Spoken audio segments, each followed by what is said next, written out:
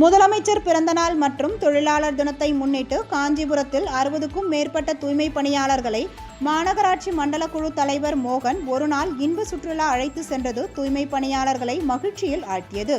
காஞ்சிபுரம் மாநகராட்சியில் நேர காலமின்றி அனைத்து நாள்களிலும் மக்களின் சுகாதாரத்திற்காக பெரும் பங்காற்றி வரும் தூய்மை பணியாளர்களை தொழிலாளர் தினம் மற்றும் முதலமைச்சர் பிறந்த நாளை முன்னிட்டு மாநகராட்சி மண்டல குழு தலைவர் மோகன் மகாபலிபுரம், சென்னை மெரினா, கலைஞர் நூற்றாண்டு பூங்கா மற்றும் வண்டலூர் உயிரியல் பூங்கா ஆகிய பகுதிகளுக்கு ஒருநாள் இன்ப சுற்றுலாவிற்கு அழைத்து சென்றுள்ளார்.